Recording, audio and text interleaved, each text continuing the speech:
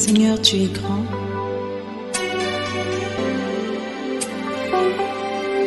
Tu es tout-puissant. Tous les autres dieux sont des faux dieux. Ils viendront tous se prosterner devant toi pour reconnaître ta puissance, pour reconnaître ta majesté, pour reconnaître ta splendeur, mon Dieu.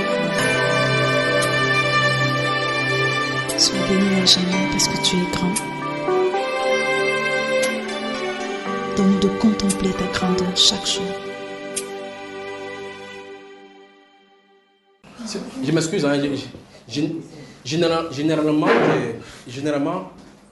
vous êtes venu sans, alors que j'ai amorcé la première partie déjà. Généralement, quand je fais n'importe où prêcher, je prends d'abord les questions.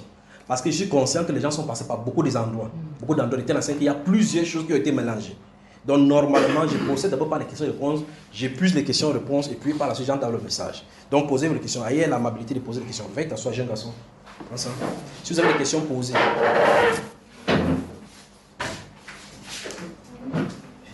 Quelqu'un a-t-il des questions? S'il n'y a pas de questions, ça veut dire qu'on a tout compris, il n'y a pas de problème. Je c'est la première fois que je vous vois, donc c'est pas forcément évident. Je suis un diesel, donc c'est avec la répétition que parfois les questions arrivent. Mais déjà, bon, je ne vais pas prendre les questions d'avant. Je prends les questions de maintenant, après l'explication par rapport au texte. Et surtout, le passage où on dit ne vous conformez pas au siècle présent. Oui. Oui, parce que dans un autre moment de ma vie, j'ai eu à discuter avec quelqu'un qui justement avait fait soulever ce problème-là sur la spiritualité en tant que telle et sur ce qui était vraiment vrai. Et déjà le problème et la problématique justement des différents pasteurs et ce que j'appelle généralement la prophétie des biens matériels qu'on nous vend tous les jours avec tous les pasteurs. Tu vas avoir le visa, tu vas avoir le mariage, tu vas voyager.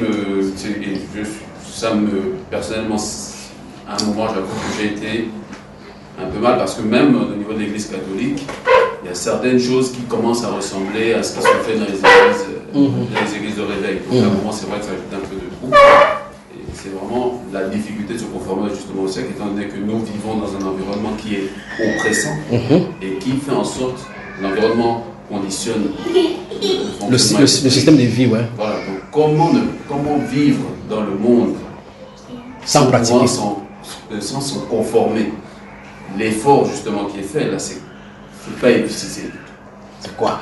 C'est facile de retomber. Oui. C'est facile de retomber parce que effectivement la jalousie, la convoitise et toutes ces choses qui justement sont des aspérités qui viennent tacher la plaque blanche immaculée que nous avons qui nous permet d'être saints. C'est toutes ces difficultés là. Comment faire? Parce qu'aujourd'hui j'ai pas la réponse, je sais pas comment faire, on commence par où? Parce que je vais dire, ça mon épouse, ma fille, ça, je ne suis pas le genre de chrétien qui va se mettre, déjà je vais voir de prière à haute voix. Je trouve ça bizarre, je sais pas comment je vous prier à haute voix.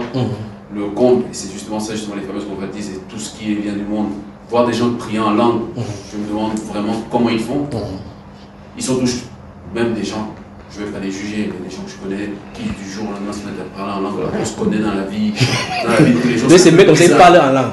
Voilà, c'est un peu toutes ces choses-là qui, mises les unes à la suite des autres, rendent vraiment difficile le chemin. C'est vrai que on va tomber, on va trébucher. Moi, je dis, personnellement, je trébuche tout le temps. J'ai mes addictions, je trébuche tout le temps. C'est pas évident. Par exemple, je suis colérique. J'ai énormément de... Et ça, c'est pas la colère que j'ai, elle ne date pas d'aujourd'hui. Ça date depuis que je suis tout petit.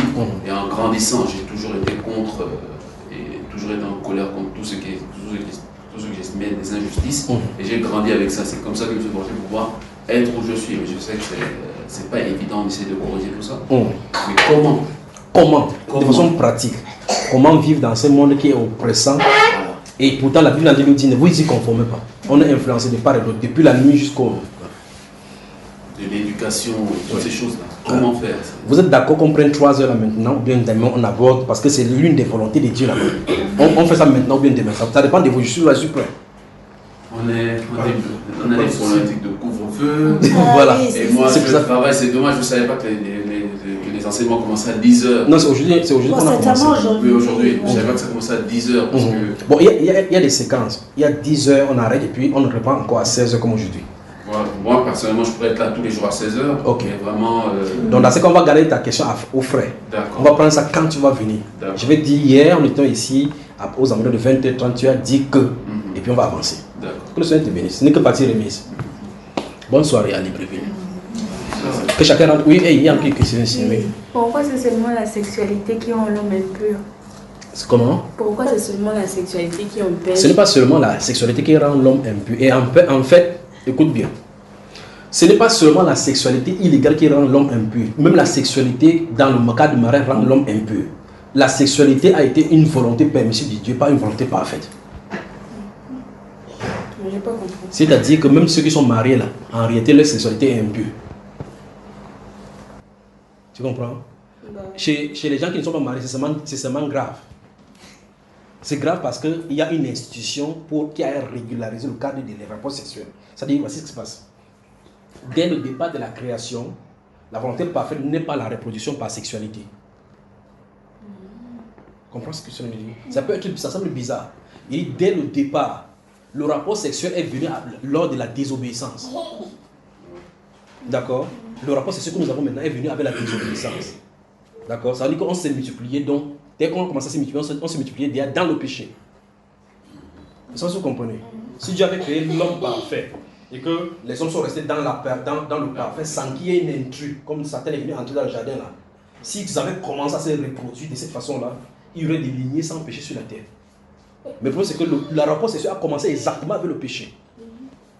D'accord? Donc le jour où il y a un rapport sexuel, il y a le péché.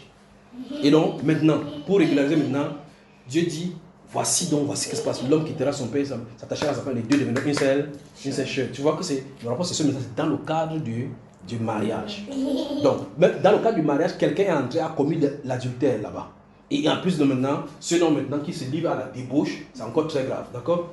Donc, c'est pour cela que je me dis donc, le rapport sexuel est d'abord, c'est pas même dans le cadre du mariage, c'est impur. Mais le problème, c'est que dans le cadre du mariage, c'est gardé dans une institution divine. C'est donc pour cela que c'est toléré. Un peu comme dans le cadre du sabbat, les gens qui servaient le jour du sabbat, les sacrificateurs, c'est le jour du sabbat. Pourtant, la prescription du sabbat dit que le jour du sabbat, tu ne dois pas travailler. Mais le jour du sabbat, ils travaillent en désobéissant le jour du sabbat. Mais s'ils ne travaillent pas le jour du sabbat, ils désobéissent parce que le jour du sabbat, on doit travailler. Donc, ils se trouvent dans une ambiguïté où, s'ils s'arrêtent de travailler, ils pêchent. Ils travaillent, ils pêchent.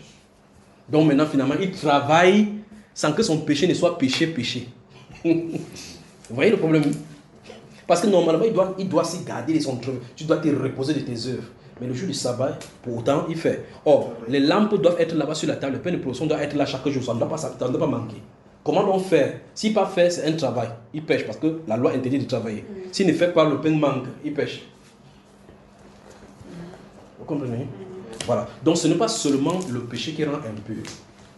Si la parole de Dieu, telle que vous allez l'écouter là, ne vient pas vers toi avec l'esprit, tu es déjà impur. Donc ce n'est pas parce que tu as commis un péché, ni quoi que ce soit. D'accord? Le simple fait, le psalmiste dit que je suis sorti impur dans le ventre de ma mère.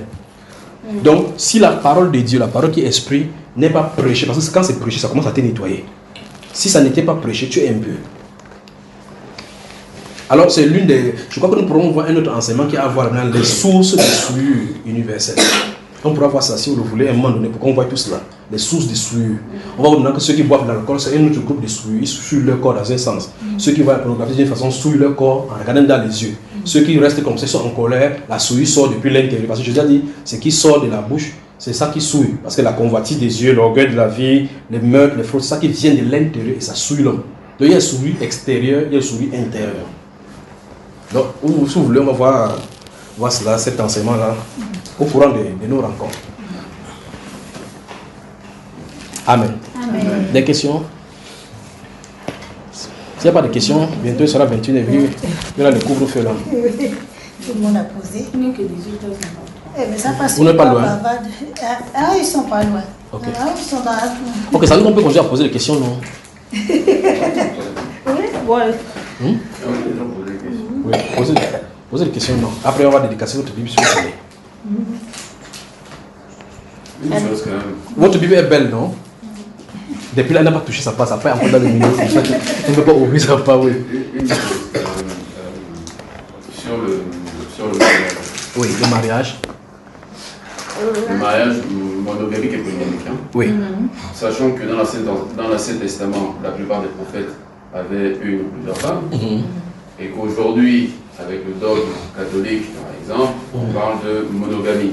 Parce qu'on s'attache justement au passage de la Bible qui dit l'homme quittera son père et sa mère pour s'attacher à sa femme et ne formera qu'une seule chair. Ça, c'est une autre chose. Oui. Sachant que l'Église catholique est faite d'un certain nombre de temps, donc c'est-à-dire l'Église traditionnelle, oui, celle de la famille, donc celle de Moïse et consorts, qui eux avaient des régimes polygamiques, oui, jusqu'à l'Église qu'on connaît aujourd'hui, l'Église gréco-romaine, sur l'Église catholique, donc l'Église catholique romaine, où on dit que le mariage c'est un homme et une femme. Maintenant, en clair, quelle est la position de la Bible? La position de la Bible par rapport à ça? Très bonne question. Alors, il y a 5 enseignements sur cela, près de 5 où j'ai parlé de la polygamie.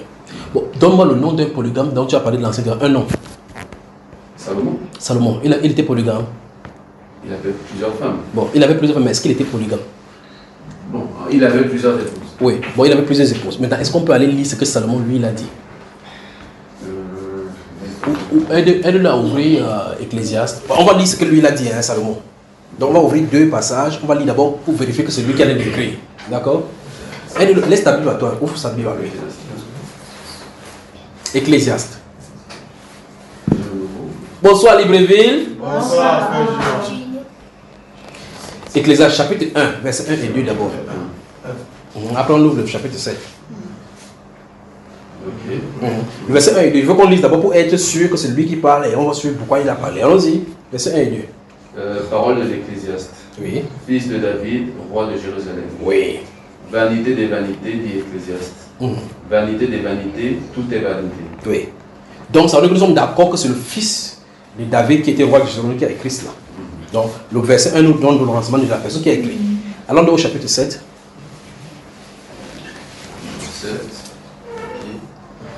Une bonne réputation. Non, je vais te donner le passage, ne t'inquiète pas. Allons-y. Verset 24 à 29. 24 à 29. Alors il va doucement. Ce qui est loin, ce qui est profond. Profond qui peut l'atteindre. Oui.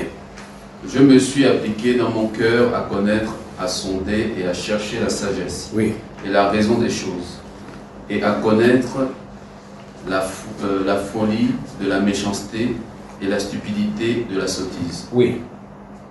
Et j'ai trouvé, plus amère que la mort, la femme dont le cœur est un piège et un filet. Oui. Et dont les mains sont des liens. Oui. Celui qui est agréable à Dieu lui échappe. Mais le pécheur est pris par elle. Oui. Voici ce que j'ai trouvé. Stop. On s'est souvenu que qui a parlé, qui a l'écrit. Au chapitre 1 tout à l'heure, on a vu que c'était qui? L'Ecclésiaste, donc ça. Bon. Il dit voici ce que j'ai trouvé. Donc il a donné la fin. Quand on fait une recherche, on fait le compte rendu. D'accord? Donc après l'objet de ces recherches, il va nous dire ce qu'il a trouvé. Allons-y. Voici ce que j'ai trouvé. Voici ce que j'ai trouvé. Oui. Dit l'Ecclésiaste. Oui. En examinant les choses une à une pour en saisir la raison. Oui. Voici ce que mon âme cherche encore. Stop. Il dit, il a fait une recherche. Il dit que voici ce que son âme cherche encore. Allons-y. Et que je n'ai point trouvé. Oui. J'ai trouvé un homme entre 1000. Oui. Mais je n'ai pas trouvé une femme entre elles toutes. Stop, regarde-moi. Il dit que parmi les hommes qu'il a côtoyés, il a quand même trouvé un homme. Mais parmi elles toutes, il n'a pas trouvé une seule femme. Mais toi, tu lui as dit tout à l'heure qu'il lui avait plusieurs femmes. Mais voilà Salomon qui écrit sa biographie. Il écrit lui-même sa biographie. D'accord? Et il dit que son âme cherche encore. Ça veut dire que Salomon est en train de nous expliquer le pourquoi il avait plusieurs épouses. D'accord. Il n'est pas en train de dire que c'est Dieu qui lui a donné. Il cherchait son âme sœur. Il cherche son âme sœur. Et il n'a pas trouvé cela. Et maintenant, on va aller au chapitre 18 des Proverbes. Donc, il dit que son âme trouve encore cela. D'accord? Son âme cherche encore cela. Oui. Et on va voir donc ce qu'il va dire. Donc, Proverbe. Chapitre 18, verset 22. Proverbe. Oui. C'est toujours derrière quelque part là-bas. Un peu plus. C'est là. 18. Chapitre 18, le verset 22. Donc, en venant donc de même, préparez vos questions. Préparez vos questions, on va les répondre toutes les questions.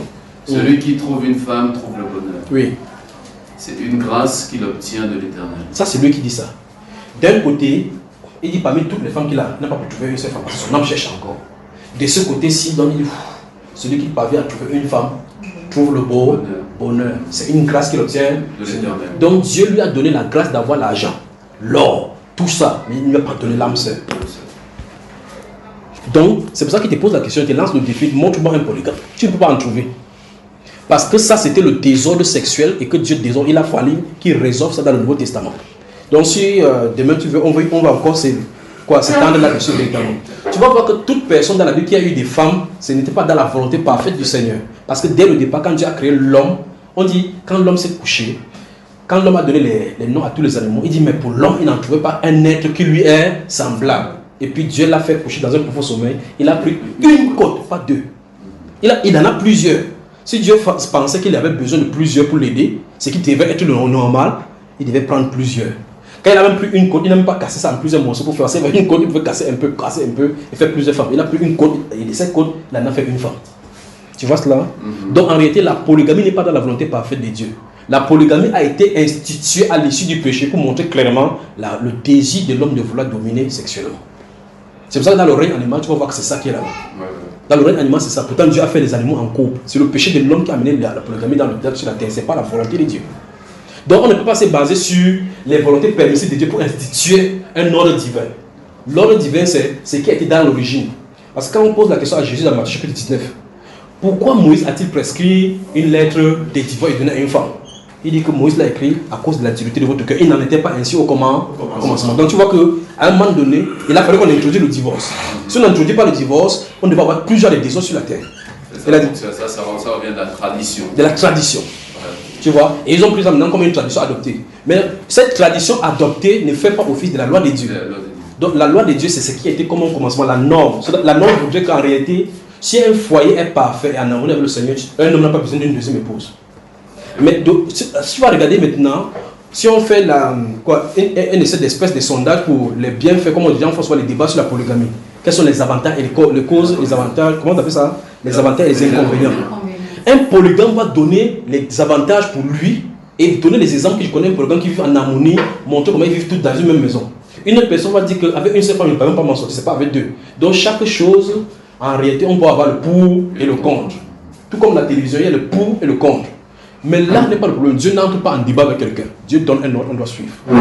Donc pour le cadre du Seigneur, il n'est pas question de prendre, comme par exemple le sujet qu'on vient de voir, la volonté de Dieu. Ce n'est qu'une option. Soit tu suis sa volonté, tu as la vie éternelle, ou tu ne suis pas, tu as la perdition. Il ne discute pas. Si quelqu'un veut aussi dire que, ok, quel est le pour de suivre la volonté de Dieu et le contre de suivre, il essaie de patauger. Il a des patauges philosophiques. Quand il va philosopher, quand le jour que tu vas dire, c'est pas grave que tu passes, est-ce qu'il aura le pouvoir pour dire non, il n'entre pas là-bas? Donc pour ce qui est de la loi de Dieu, il faut qu'on comprenne que le mariage a été une institution divine. Et le désordre concernant les multiples femmes a été entré à l'issue du péché. Et donc, on ne doit pas normaliser les choses du mariage en prenant l'exemple sur ce qui a été commis par le péché. D'accord, mon cher? Donc, il y a un enseignement concernant la polygamie où j'explique cela parce qu'il y a des gens qui disent qu'Abraham était polygame. Je leur montre non, Abraham n'a jamais été un polygame. Abraham n'a jamais demandé une femme. C'est sa femme qui a dit, prends cette femme-ci et donne-moi une femme. Et Abraham ne l'a jamais appelée femme. Les anges du ciel ne l'ont jamais appelée la femme d'Abraham. On dit ta maîtresse. Même à Sarah, on ne dit pas ta co-épouse. On dit va vers ta mère, ta maîtresse. Donc son statut n'a jamais changé, bien qu'Abraham ait été avec lui. Et on voit que l'enfant qu'il a eu à trouver cette femme-là crée les problèmes. Et le type d'enfant qui vient par la volonté de l'homme, donc le type de la chair. Or, le type qui vient par l'esprit, qui est la volonté parfaite de Dieu, vient par la patience au travers de Sarah. Amen. Amen. Amen. D'accord? D'autres questions bibliques à une réponse biblique. Des questions? Donc, naturellement, dans les cultures, il y a des gens qui sont polygames. Il y a des royaumes qui sont comme au Congo et autres là-bas. En Afrique, il y a la polygamie et ainsi de suite. Amen. Mais dans cette polygamie-ci, il y a des gens qui sont même polygames et qui ne sont pas mariés pour Dieu. C'est-à-dire qu'il y a quelqu'un qui a une seule femme. mais que juste là, ce n'est pas sa femme que Dieu a prévu. Vous voyez? En détail, ils vivent ensemble, ils ont des enfants, mais ils sont dans le péché. Mais d'autres personnes qui sont avec 8 femmes, parmi les 8 femmes là, il n'y a aucune qui est sa femme de nuit. Mais quand lui va voir, il dit voici mes femmes. C'est lui qui dit ça. En étant sa femme quelque part. Et quand il est comme ça, il a de faire quoi? Il a de vivre dans une désordre sexuelle. Et même les gens commencent à prendre maintenant pour essayer d'aider Dieu en disant qu'il y a plus de femmes sur la terre plus que les hommes. Si chacun prend une femme, l'autre sera comme ça. Okay, c'est comme ça que les gens font chaque fois. Il dit ok, si on construit, tout le monde construit à Libreville, qui va rester là-bas à Ogooué ou bien à Ogooué et les lacs? Pourquoi tout le monde fuit Ogooué et les lacs pour venir à Libreville? Vous voyez? Donc c'est Dieu qui a créé l'homme sur la terre. Il connaît combien de femmes il y en a, il connaît combien d'hommes il y en a. Et même, qui t'a dit que cette femme-ci va se marier? Qui t'a dit que l'homme là va se marier? Et même, en prenant 1000, si tu prends 1000, chacun prend 1000, vous allez en sortir toujours. C'est-à-dire que vous allez prendre 1000, vous allez reproduire comment? Si chaque personne accouche des jumelles, 80% seront des femmes encore. Donc, plus vous multipliez, vous créez encore davantage des problèmes. Que le Seigneur vous bénisse. S'il y a plus des problèmes, on lève la séance, n'est-ce pas? S'il y a encore des questions. C'est bon, mon frère?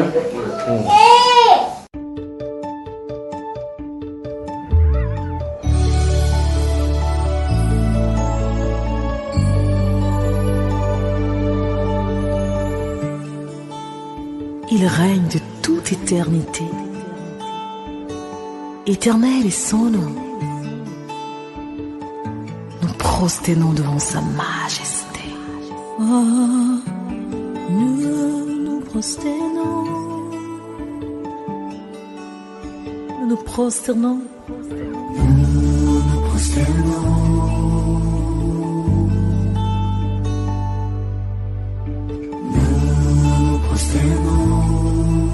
Devant ton trône, nous levons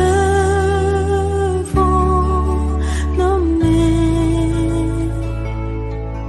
Et nous levons nos mains. Nous voulons t'adorer. Et nous levons nos mains. Et nos cœurs, alléluia, nous t'adorons.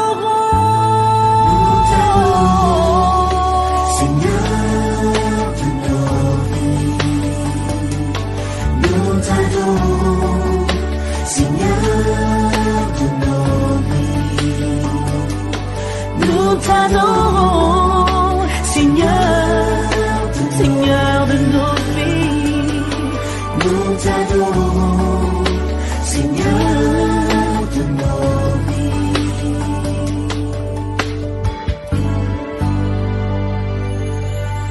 C'est à lui qu'appartient le salut et la gloire, ainsi que la puissance. Nous nous prosternons devant toi, Seigneur. Nous nous prosternons devant toi. Nous nous prosternons. Oh, tu es